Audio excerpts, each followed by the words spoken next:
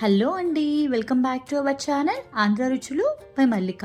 ఈరోజు మనం హెల్తీగా మైసూర్ బొండాని గోధుమ పిండితో ప్రిపేర్ చేసుకుందాం. దానికి కాంబినేషన్గా టమాటో పుదీనా చట్నీ కూడా ఎలా ప్రిపేర్ చేసుకోవాలో చూద్దాం. మైసూర్ బొండా అంటే ఎవరికి ఇష్టం ఉండదు చెప్పండి? చాలా మందికి ఇష్టం, కానీ అది మైదాతో చేస్తారు కాబట్టి ఎక్కువ ప్రిఫర్ చేయరు. ఇలా ఒకసారి గోధుమ పిండితో ట్రై చేయండి, చాలా టేస్టీగా ఉంటుంది అండ్ సింపుల్గా కూడా ప్రిపేర్ చేసుకోవచ్చు. ఎలాగో చూసేద్దాం పదండి. ముందుగా ఒక మిక్సింగ్ బౌల్ తీసుకొని దానిలో 2 కప్పుల వరకు గోధుమ పిండి వేసుకోండి.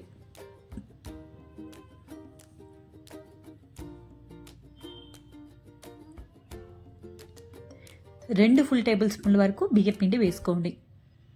ఇలా బియ్యపిండి వేసుకోవడం వల్ల మనకి మైసూర్ బోండాలు పైన క్రిస్పీగా లోపల సాఫ్ట్గా చాలా బాగా వస్తాయండి. ఇందులోనే నేను 2 కప్పుల వరకు పెరుగు తీసుకుంటున్నాను. మనం గోధుమ పిండి ఎంత క్వాంటిటీ అయితే తీసుకుంటున్నామో అంత క్వాంటిటీ పెరుగు వేసుకోండి. అప్పుడే మనకి బోండాలు అనేవి చాలా బాగా వస్తాయి. వీటన్నిటిని కూడా బాగా కలుపుకోండి. చూస్తున్నారు కదండి, వీడియోలో చూపిస్తున్న విధంగా బాగా కలుపుకోండి. ముందే వాటర్ పోయకండి. ఇలా బాగా మిక్స్ అయిన తర్వాత చూసుకొని కొంచెం కొంచెంగా వాటర్ పోసుకోండి. ముందే వాటర్ పోసామనుకోండి మనకి పిండి అనేది లూజ్ అయ్యే ఛాన్సెస్ ఉన్నాయి. సో కొంచెం కొంచెంగా వాటర్ పోసుకుని ఇలా ట్యాప్ చేస్తూ బాగా ప్రిపేర్ చేసుకోండి పిండిని కూడా. ఇలా ట్యాప్ చేయడం వల్ల లోపల ఎయిర్ బబుల్స్ ఫామ్ అయ్యి బోండా అనేవి చాలా ప్లఫీగా బాగా వస్తాయండి. ఇప్పుడు ఇందులో తగినంత ఉప్పు వేసుకుని అందులోనే 1/2 టీ స్పూన్ వరకు సోడా ఉప్పు వేసుకోండి. కొంచెం జీలకర్ర, సన్నగా తరిగిన అల్లం ముక్కలు కొన్ని, సన్నగా తరిగిన కరివేపాకు కొన్ని వేసుకోండి. మీకు కావాలి అంటే ఇందులో ఆనియన్స్ కూడా వేసుకోవచ్చండి, సన్నగా తరిగి నేనైతే వేయలేదు. వీటన్నిటిని కూడా బాగా మిక్స్ చేసుకోండి. ట్యాప్ చేస్తూ మిక్స్ చేసుకున్నారనుకోండి మనకి బాగా వస్తాయి. మినిమం ఒక 2 to 3 మినిట్స్ వరకు ఇలా బాగా ట్యాప్ చేస్తూ మిక్స్ చేసుకోండి. చూస్తున్నారు కదా, మనకి పిండి అనేది ఇలా కన్సిస్టెన్సీలో ఉండాలండి. మనం ఇలా బోండాలు వేస్తే పర్ఫెక్ట్గా రావాలి. అప్పటి వరకు కలుపుకుంటూ ఉండండి. ఇప్పుడు దీని మీద మూత పెట్టి మినిమం 2 గంటల పాటు రెస్ట్ ఇవ్వండి. మీరు మార్నింగ్ కనుక బోండా వేసుకోవాలి అనుకుంటే ముందు రోజు నైట్ కూడా మీరు నానబెట్టుకొని పెట్టుకోవచ్చండి, ఏమీ కాదు.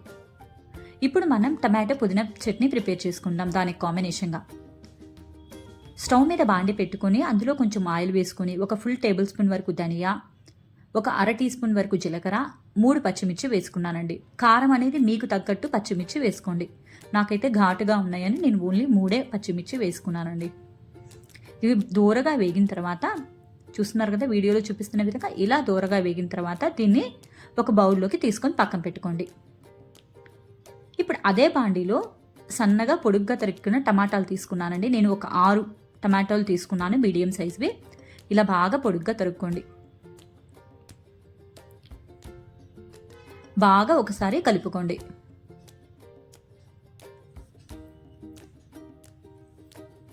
ఇలా 1 నిమిషం పాటు ఫ్రై అయిన తర్వాత దీని మీద మూత పెట్టి ఒక 3 నుంచి 4 నిమిషాల పాటు కుక్ అవ్వనివ్వండి.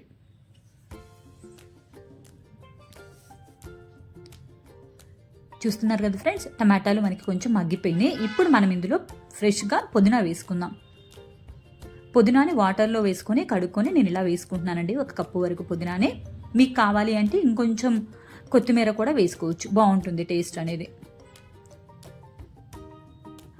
1 నిమిషం పాటు ఇలా ఫ్రై చేసుకొని మళ్ళీ మూత పెట్టుకొని 2-3 నిమిషాల పాటు మగ్గనివ్వండి.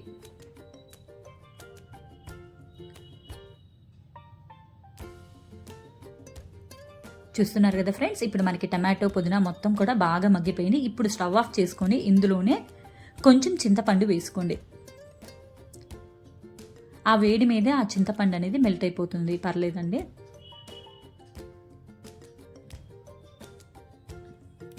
ఇప్పుడు బాగా చల్లారిన తర్వాత ఒక మిక్సీ జార్లో ఇందాక మనం ప్రిపేర్ చేసుకున్నాం కదండి పచ్చిమిర్చి, ధనియాలు, జీలకర్ర పేస్ట్, దాన్ని మిక్సీ జార్లో వేసుకొని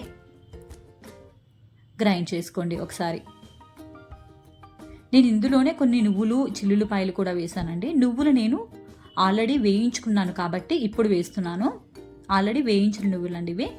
మీరు కనుక వేయించకపోతే ధనియాలతో పాటే కొన్ని నువ్వులు కూడా వేయించుకొని వేసుకోండి. మూత పెట్టుకొని ఒకసారి గ్రైండ్ చేసుకోండి. చూసారు కదా, ఇలా గ్రైండ్ చేసేసుకోండి.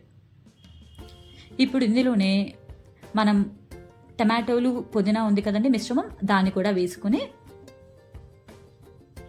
ఒకసారి గ్రైండ్ చేసుకోండి.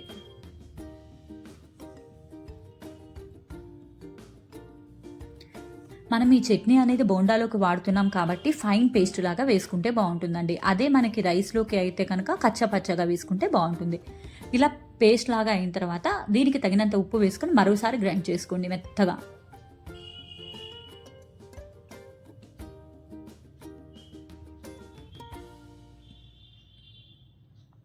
చూస్తున్నారు కదా ఫ్రెండ్స్, మనకి టమాటో పుదీనా చట్నీ అనేది రెడీ అయిపోయింది. ఇప్పుడు దీన్ని ఒక సర్వింగ్ బౌల్లోకి తీసుకుందాం. ఇలా మెత్తగా ఉంటేనే బోండాలకి చట్నీ అనేది బాగుంటుందండి. ఇప్పుడు మనం మైసూర్ బోండా అనేది వేసుకున్నామండి. దానికోసం స్టవ్ మీద బాండి పెట్టుకొని అందులో డీప్ ఫ్రైకి సరిపడా ఆయిల్ వేసుకోండి. ఈ ఆయిల్ బాగా హీట్ అయిన తర్వాత మనం ముందుగా నానబెట్టుకున్న పిండి ఉంది కదండి, దాన్ని అస్సలు కదపకూడదండి, గుర్తుంచుకోండి. అది కదిపితే పిండిని లోపల ఎయిర్ బబుల్స్ పోయి మనకి బోండా అనేవి పర్ఫెక్ట్గా రావు. చూస్తున్నారు కదా, అలా కలపకుండానే ఇలా డైరెక్ట్గా మీరు ఒక్కొక్కటి బోండా వేసుకోండి జాగ్రత్తగా.